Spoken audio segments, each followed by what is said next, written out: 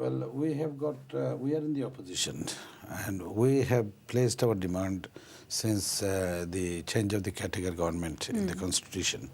We raised our concern and our issues that because it is predetermined, orchestrated, plan by the present government to win over the next election. So therefore, our demand was very peaceful, and in the parliament, through press conference, through public meetings and everything, we have said that that should be changed. But over the last 4 years, they have not done a single, changes, and they did not sit with the opposition. Because their plan, basically, it is a predetermined plan to abolish opposition party, particularly BNP and Jamaat and their 18-party alliance, so that they can come back to power without them and govern the country with their own interest to serve the interest of Awami League and their, the friend of Awami League government, like India, basically. I must say it openly. Because India is now basically very nakedly, they are supporting one political party in the country. They are not becoming the friend of Bangladesh, they are the friend of Okay, well, that's interesting. Let's talk about this in a minute. But just before we do that, Mollah's execution, of course, brought about scenes of celebrations as well as ones of sorrow. And before we continue that discussion, the implications of the first execution from Bangladesh's International Crimes Tribunal, well, let's have a look at this short report. 3 years on from being set up, last week Thursday, the International Crimes Tribunal in Bangladesh carried out its first execution. Abdul Kader Mollah, the 65-year-old Secretary General of Jamaat-e-Islami, was hung by the Bangladeshi government after being convicted of war crimes during the country's independence struggle in 1971. Executed 2 days after his scheduled hanging was suspended an hour and a half before taking place. This came as the international community sparked outrage and concern for the impending hanging. Letters came flooding in from the United Nations and various other international bodies. It was on Thursday morning the Supreme Court in Bangladesh dismissed the review petition. Speaking in Dhaka following the execution, Attorney General and Prosecutor Saiful Islam said that all international procedures and trial processes had been followed. As a prosecutor of this International Crimes Tribunal, I'm very particularly, we think that we have done the process and the trial process very fairly, and we have followed the international procedures. Street celebrations and protests took full force as the execution took place. As opposing sides clashed in the streets, 4 people lost their lives on the night of the hanging, with further violence continuing throughout the weekend. Part of the Jamaat-e-Islami legal defence team here in Britain, John Kameh warned of further violence as a result of the court's proceedings against his clients and claimed the procedures of the court fell far short of international standards. What was so offensive and contrary, in fact, to any standards of customary international law that we know about, was the way that the government took advantage of this very emotional reaction on the streets of Bangladesh, those clamouring to see him hanged, took advantage of that by going back to Parliament and getting the law changed. Now, that is a clear example of something that in a democracy you just don't do. That is the executive interfering with the judicial process.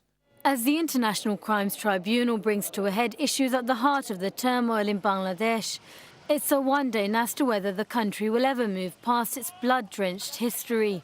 Homemade bombs, executions, kidnappings and distrust. 43 years on from a war to save the Bangla language. Is this the Bangladesh the Bengalis fought for? Joy Bangla? A victory seems far from close. Well, there we go. It is the 43rd Independence Day that was celebrated. And we know that the Prime Minister and the Leader of the Opposition paid their respects in separate places. At a time like this, on a day like that, is it worth mulling over our differences so much, Mr. Rahman? Well, basically, this is a normal culture. An opposition party goes, Prime Minister goes in a separate way. I mean, this is not a problem, so long they pay their respect and they celebrate the victory day and everything. But unfortunately, do we have that victory in our country at present? People are being oppressed. People every day. Over the last 1 month, do you know that almost over 300 people have been made disappeared in our country? Every day there are 10, 12 people are being killed by the Raven police. And nowadays we have got evidence, it was published in the print media, Amader Shamoy and the Amar Desh, the newspaper, national newspaper, that the Awami League supporters wearing normally civil dress, and they put the police jacket, uniforms on top, and they've got a sandals on their shoes, including Rab also like that, These are all allegations made by the newspaper. Yeah, absolutely. And we got photographic evidence there that they came out and killing people. It is the Awami League, is the founder of all this, sort of heinous activities, killing, torture, and terrorist activities. They are putting blame on the opposition party for in a very concerted way to make the Western world understand that the BNP and Jamaat is a political party who believes in violence. Lots of Basically, distrust we don't I'm believe in getting violence. from this. But your party leaders, top leaders, have met with top leaders from the government for the 3rd time last Friday. Any solutions come out of that? Not yet, because they are just putting forward the proposals and everything. But you see, the strategy government has taken, they have started a discussion how to, do an election with all party. But at the same time, their election commission has declared 153 uncontested, 154 uncontested MP. How could you do that? It's a double standard, policy they are making. In one way, they are trying to negotiate with their Mahidur opposition Rahman, party. today, one of the minister has said there is no possibility of reconciliation and compromise with the opposition, as 154 MPs have been declared, not on this election declared on 5th of January.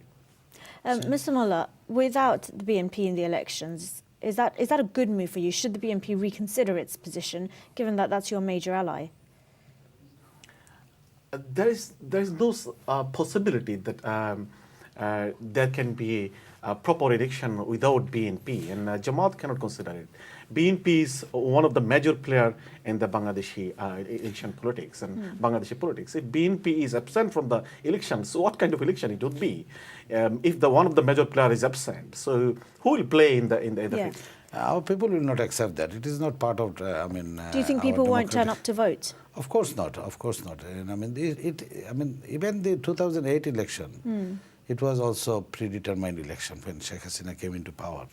But we have accepted that result only for the sake of democracy, that at least a political party... How is that accepting it for the sake of democracy? How is that because democratic there just to was a accept military-backed government, so we didn't want to, to see that our political institution is being damaged on the basis of continuation of the military-backed government, unconstitutional, unlawful government there. Knowing that Sheikh Hasina had made some sort of agreement with the then, the 111 government, that if you put us into power, then we'll legalize all these activities that you have done. And you know that over the last 5 years, this government has taken no action against those people. So everything is crystal clear in the eyes of the people that this political party led by Sheikh Hasina has an agenda to destroy BNP and their alliance Jamaat. Not only that, Hasina regime has the big plan to cling to the power for long run. So because of that, they don't want to let any neutral election time interim government to conduct the election.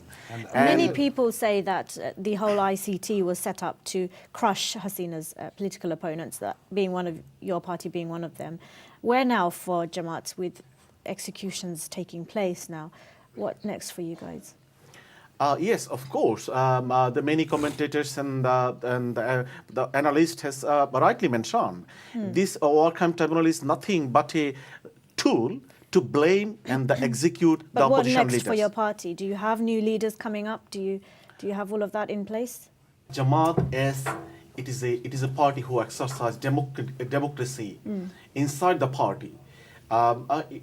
Due to the internal democratic process, new leadership will naturally emerge, and Jamaat will not face any leadership crisis organizationally. But as I said, that we will resist any move by the government to kill rest of our leaders. Mr. Rahman, just before we go, is Bangladesh set to see long-term unrest? Well, the way we could see Sheikh Hasina has taken a very hard line to crack down their opposition, and if she continues with the help of our neighboring country, India's Foreign Secretary Shujata Singh came and requested Ashad to participate in the election. This is a total naked support, one-sided support, which we do not expect from our neighboring country. Yeah. We want to be the friend of India, but under no circumstances we are going to sacrifice our integrity and sovereignty to India. However, if these sort of things continued, our struggle will continue definitely, because we don't want to see, in the name of democracy, an autocrat in the power and destroying our democracy If I can add with and Mahidur destroying Rahman. our law and order situation and human rights in the country. We are out of time, actually. We ask our international community, friends of international community, to be friend of my country, not to a particular political party. Absolutely. And we want international community help us to flourish democracy, not to Thank help you. indirectly. Thank you, through gentlemen. We do violence have to and leave it any there. autocratic rule. And Okay, through you, we just do I have want to leave ask one thing, is that we want to ask India to be the friend of the Bangladeshi people, not the friend of Sheikh Hasina. Okay. Thank you very Well, much. we have repeatedly invited representatives from the ruling Awami League Party to join the discussion on our programme, but they have declined to participate in any discussion on this matter. Unfortunately, that is all we have time for this evening. I want to thank my guest, Mahidur Rahman, and of course, Abu Bakar Mollah for joining us. And also thank you at home for watching. Remember, you can keep up with our Twitter conversation on Bangladesh using the hashtag Bangladesh in Crisis. We're back next week with the latest news from Bangladesh. But until then, from all of us here, Assalamu alaikum.